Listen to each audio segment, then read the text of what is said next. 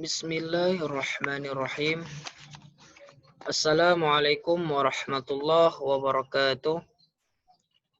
Alhamdulillahirabbil alamin. Wassalatu wassalamu ala asyrafil anbiya'i wal mursalin sayyidina wa maulana Muhammad wa ala alihi wa sahbihi ajma'in. Amma ba'd. Perkenalkan, nama saya Muhammad Maulana, mahasiswa Poltekkes Kemenkes Banjarmasin, program Sarjana Terapan, Prodi Teknologi Laboratorium Medis, jurusan Analis Kesehatan semester 3. Di sini saya akan menjelaskan tentang siklus plasmodium penyebab malaria beserta morfologi stadium-stadiumnya. Ada 4 plasmodium yang menyebabkan malaria pada manusia. Yang pertama, Plasmodium falciparum, kedua, Plasmodium vivax, yang ketiga, Plasmodium malariae, dan yang terakhir ada Plasmodium ovale. Tetapi di sini saya akan menjelaskan tentang Plasmodium ovale saja. Plasmodium ovale adalah spesies protozoa parasit yang menyebabkan malaria tertiana ringan pada manusia. Plasmodium ovale adalah salah satu dari beberapa spesies Plasmodium yang menginfeksi manusia. Meskipun termasuk malaria tertiana ringan, penyakit ini agak sulit untuk didiagnosa, sebab mempunyai kemiripan dengan Plasmodium vivax. Plasmodium ovale pun jarang sekali ditemukan. Umumnya banyak ditemukan di Afrika dan Pasifik Barat. Siklus plasmodiumnya ada terbagi 2 fase. Yang pertama fase sporogoni atau fase yang ada dalam tubuh nyamuk. Dalam fase ini terjadi ketika plasmodium berada di dalam tubuh nyamuk.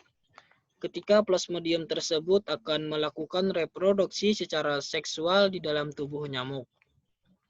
Di dalam tubuh nyamuk tersebut, spora akan berubah menjadi mikromagnet dan makromagnet, yang keduanya akan menyatu membentuk zigot dan menembus dinding usus nyamuk. Di dalam dinding usus nyamuk tersebut, zigot akan mengalami perubahan menjadi eukenet, kemudian menjadi eukista, selanjutnya menjadi sporozoid. Sporozoid akan bergerak ke kelenjar liur nyamuk. Sporozoid yang telah berada di dalam air liur nyamuk kemudian akan menghasilkan spora seksual. Dari sinilah melalui gigitan nyamuk, spora seksual tersebut akan masuk ke dalam tubuh manusia. Yang kedua, fase schizogoni atau fase yang ada dalam tubuh manusia. Fase kedua ini terjadi ketika plasmodium sudah berada dalam tubuh manusia. Ketika manusia terkena gigitan nyamuk malaria dan sporozoid masuk ke dalam tubuh manusia melalui aliran darah yang kemudian akan bergerak menuju organ hati manusia. Dalam hati, sporozoid tersebut akan melakukan pembelahan diri dan merubah menjadi merozoid. Dari akibat proses tersebut, hati manusia akan mengalami kerusakan. Hal ini dikarenakan di dalam tubuh manusia, merozoid melakukan penyerangan dengan menginfeksi eritrosit atau sel darah merah. Ketika menginfeksi eritrosit, merozoid akan terus melakukan pembelahan diri. Inilah yang menyebabkan jumlah merozoid menjadi lebih banyak. Eritrosit yang terus terinfeksi akan mengalami kerusakan, pecah, dan kemudian jumlah merozoid akan terus meningkat. Akibat dari proses inilah, tubuh manusia akan menghasilkan racun yang menyebabkan terjadinya demam. Untuk diagnosisnya, identifikasi mikroskopis adalah metode yang paling sering digunakan untuk menunjukkan infeksi aktif. Malaria ovale penyakitnya ringan dan dapat sembuh sendiri tanpa pengobatan. Diagnosis malaria ovale dilakukan dengan menentukan parasit Plasmodium ovale dalam sediaan darah yang diwarnai dengan pewarnaan gimsa. Ada 3 stadium yang dalam Plasmodium ovale. Yang pertama, stadium tropozoid yang memiliki ciri-ciri ukurannya kecil dan jumlahnya sedikit. Bentuknya padat, kromatin besar dan irregular, pigmen kuning kecoklatan, memiliki inti tunggal berwarna merah. Sitoplasma agak traktur. Yang kedua, stadium schizon. Ukurannya hampir memenuhi eritrosit, bentuk bersegmen, merozoid antara 6 sampai 12, pigmen berkumpul di tengah, sitoplasma mengelilingi masing-masing inti.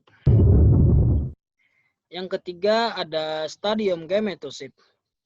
Ukurannya sebesar eritrosit, sitoplasma berwarna biru pucat, inti tunggal padat, berwarna merah pada makrogametosit, makrogametosit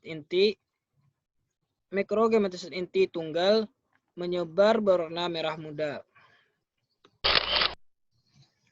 Adapun pencegahan yang dapat kita lakukan agar tidak terinfeksi malaria, yaitu usahakan selalu memakai pakaian tertutup agar terhindar dari gigitan nyamuk, menjaga kebersihan perseorangan dan lingkungan sekitar agar tidak menjadi tempat bersarangnya parasit, memutuskan rantai siklus hidup parasit. Demikianlah yang dapat saya sampaikan. Terima kasih telah menyaksikan video ini. Semoga bermanfaat. Mohon maaf segala kesalahan, kekhilafan, ataupun kekurangan dalam penjelasan saya karena keterbatasan ilmu yang saya ketahui. Saya akhiri, subhanakallahumma wa bihamdika asyhadu an la ilaha illa anta astaghfiruka wa atubu ilaik. Wassalamualaikum warahmatullahi wabarakatuh.